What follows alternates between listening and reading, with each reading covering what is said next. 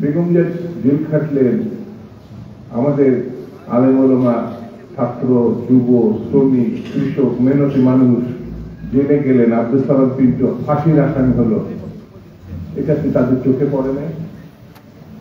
16 বছর 18 বছর যে একেবারে কষ্ট, 60 লক্ষ, 60টি মামলা না, 700 মামলা না, 60 লক্ষ আসামি বিএনপি এবং বিরোধী দলের, 2.5 লক্ষ মামলা, গায়েবী মামলা ঘটেই নাই।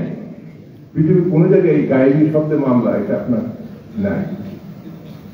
সেখানে বন্ধুরা এক দল আছে যারা মুখোশধারী, অপব্যাখ্যাকারী, ভুল বয়ানের মধ্য দিয়ে মানুষকে বিভ্রান্ত করার চেষ্টা আছে, যারা কখনো স্বাধীনতা যুদ্ধকে সমর্থন করতে পারে না। 71 সালের দিকে তাকান, আমার নেতা, আপনার নেতা, বাংলাদেশের নেতা, স্বাধীনতার ঘোষক শহীদ আমার স্বাধীনতা ঘোষণা করছে, বাংলাদেশের স্বাধীনতার জন্য বাংকারে যুদ্ধ করছে মুক্তিযোদ্ধাদের নিয়ে, আর আরেক দল পাকিস্তান রক্ষার নামে পাকিস্তানের পক্ষ অবলম্বন করেছে।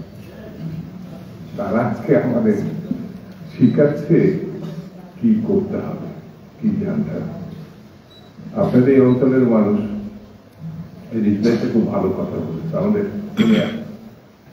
যুগ্ম মহাসচিব খালি জানতে চেয়েছে আপনি কোন জায়গায় কোন সেক্টরে মুক্তিযুদ্ধ করেছেন, এই কথাটা বলেন,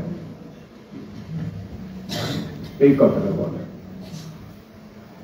ভোট তো 2-3%, বিএনপির সঙ্গে যখন থাকেন তখন 18-19টা সিট পায়, আর একা একা ইলেকশন করলে 2 থেকে 3টা, 3টার বেশি ওঠে না।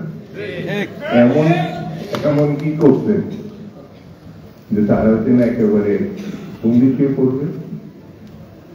আমাদের কথা হচ্ছে আমরা জাতীয় ঐক্য চাই, আমরা ফ্যাসিবাদের বিরুদ্ধে ঐক্যবদ্ধ থাকতে চাই, বিভেদমূলক কোনো বক্তব্য দিতে চাই না।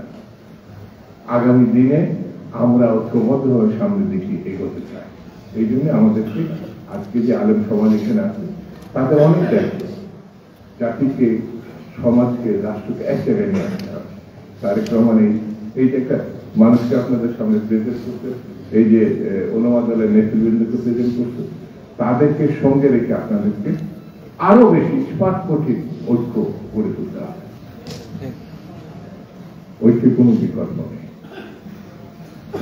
আমি নিশ্চিত আজকে আপনাদের কাছে এসে ছাত্র, যুব, শ্রমিক, কৃষক, মহিলা সবাইকে নিয়ে যে উচ্ছ্বাস, বিএনপি যে আশা, আজ থেকে ওলামাদের দলের এই সমাবেশ প্রমাণ করেছে ওলামা দলকেও বাদ দেওয়া যাবে না।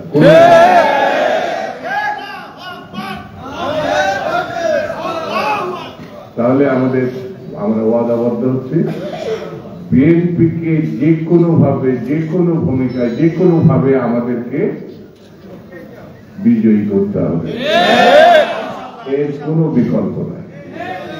ধানের শীষ যার হাতে দেবে, বেগম জিয়া এবং তারেক রহমান যার হাতে দেবে, তাকে আমরা বিজয় লাভ করবো কি করবো না, আরো জেনে বলেন।